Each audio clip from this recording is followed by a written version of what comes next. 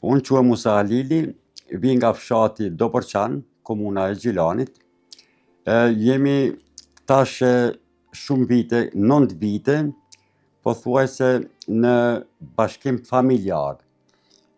Une kam në shtetësinë e Kosovës, fëmia e ka në shtetësinë e Kosovës, gruaja nuk e ka. E ka vetëm në shtetësinë e Zvicrës. Por gruaja po ka shpreh dëshirën që me marrë në shtetësinë e Kosovës.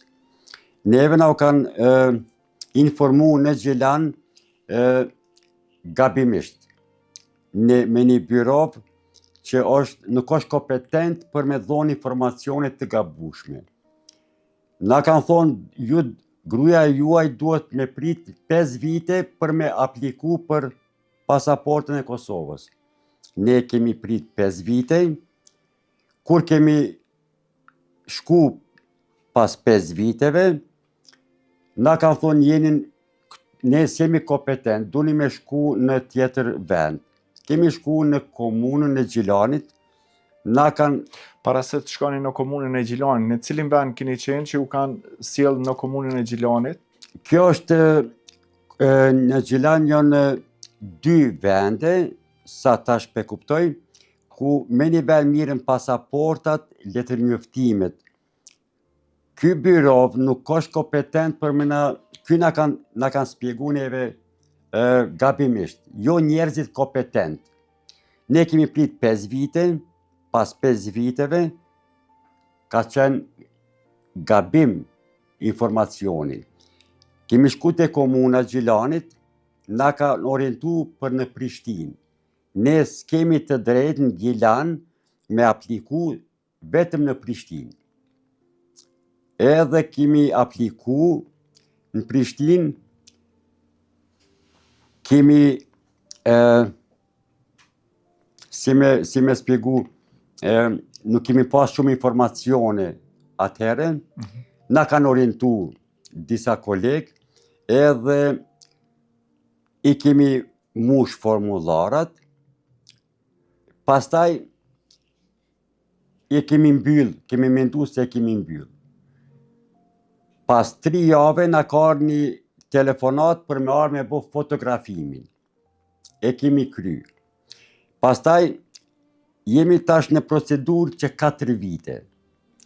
I kemi kry gjitha procedurat, edhe tash gruaja ka pas me 27 aprill e ka pas një terminin për provim. Unë ka menduar se provimi është diçka, gruaja është me profesion, është ambise, nuk ka shkollë të lartë, edhe ka menduar që duhet procedura të rregullta të vazhdojnë, edhe na kanë shkruar një letër që duhet me telefonu në Tejtën. Në Tejtën e kalume kemi telefonu, tha ka rapi provimit. Tash unë s'pe kuptoj, si ka mundësi atë shumë neve mërgjimtarve me na jo keq përdor, po dyqysh... Më ju maltretu. Maltretim psiqik, fizik, financiarisht. Une mu më kushton kjo pasaporta Kosovës mbi 12.000 euro. Për mu janë shumë të holla. Do thot, mu më kushton aeroplani. 3.000 euro më kushton aeroplani me bileta kthyse. 4 vite ka kushtu 12.000 euro. Pastaj, kur të vim shemëll mu fotografu, kjo temporer, letërnjoftimi quhet temporer. Çdo 10 muaj, 11 muaj duhet me vazhdu. Edhe kur të vimi mu fotografu, thot personeli që janë aty në Prishtinë, thot s'kemi rjet. Që qa zotri rrota po sillet. Unë se kuptoj në çfarë shteti jem të jetu. Si ka mundësi pa kurfar mëshire me na, kur për shembull mujtësh me dorëzu dokumentat, të njëjtën kohë me bo fotografimin. Neve na maltretoj, thot mas 3 jave dush me bo fotografimin. Pastaj thot nuk ka rjetë. Tash, për momentalisht unë e kam vetëm një breng të madhe të rinia kosovare, që janë me mija janë në shumë shtete evropiane. Në Gjermani, bi 300.000, 400.000. Në Zvicër, bi 300.000, 400.000. Në Austri, e mos t'i përmenit të gjitha. Rinia që janë bi 20 vjeçare, nuk vinë Kosovë mi maltretu për dokumentacione. Ka shumë, me mira, s'po thom me 100.000, veç për mi 20.000, 30.000 janë pa dokumentacione. Që do më Mendon që kjo është arsyeja për shkak se i maltretojnë edhe pastaj nuk e bojnë edhe në shtetësinë e Kosovës?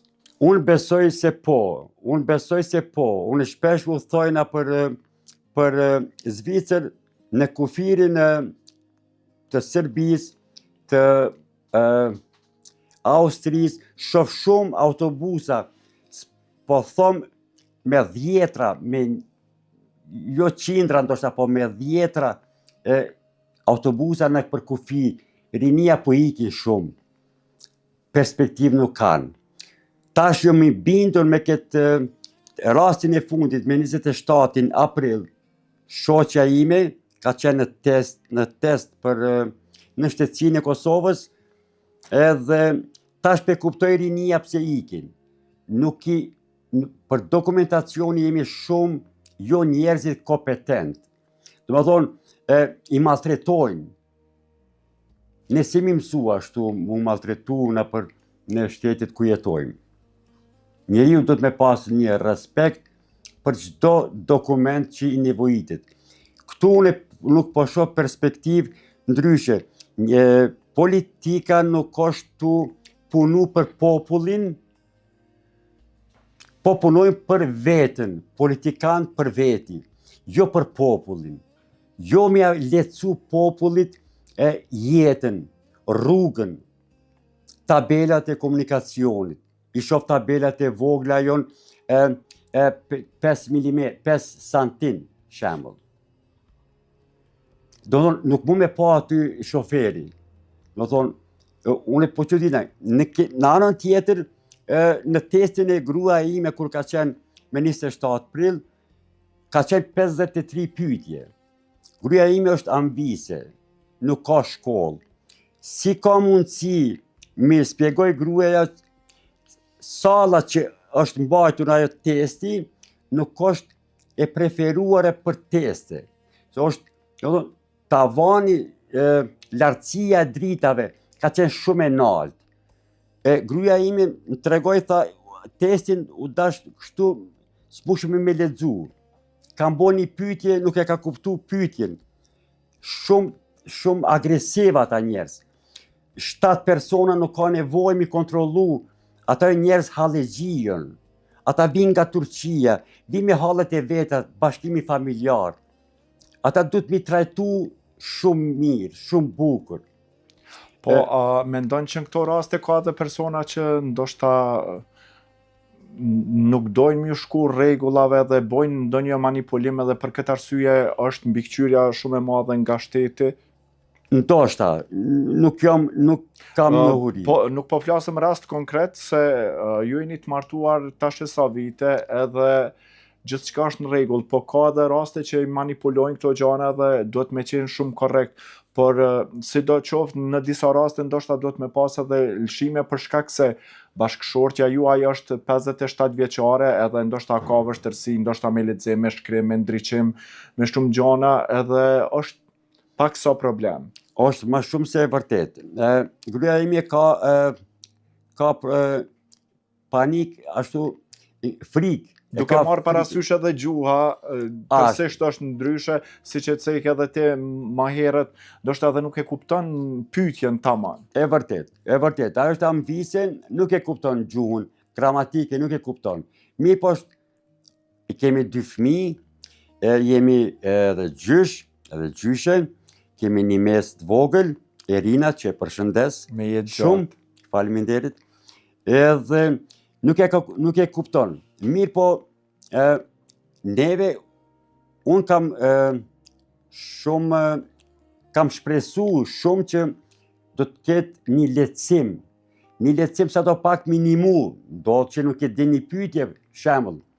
Dhe mirë po jo, ka ndodhe kundër shumë, testi ka qenë shumë, sipas gruajës time, s'mi ka spjeguar, shumë ka qenë strikt. Shumë nuk guxon me lëviz, nuk guxon jemi në kamera, ashtu 7 persona në kontroll.